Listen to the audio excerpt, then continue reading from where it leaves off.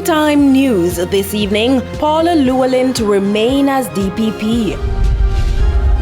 Woman who confessed to killing 8-year-old Daniel Rowe sentenced to life imprisonment. And several arrested as police swoop down on illegal slaughterhouse.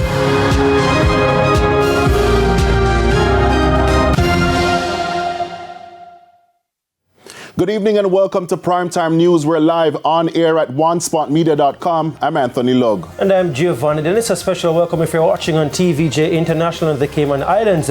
Now, a little later on, we'll have the financial week. But first, Spencer Darlington is here with a preview of what's to come in sports.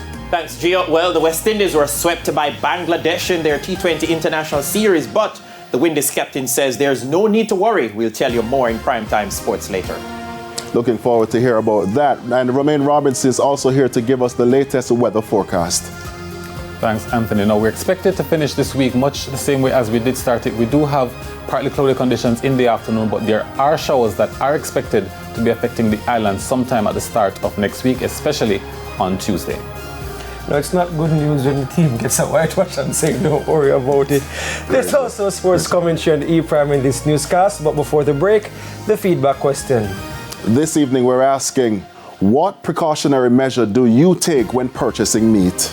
You can share comments online, facebook.com/televisionjamaica, and post on X at TVJ News Center. Please stay with us. Primetime News returns after this break.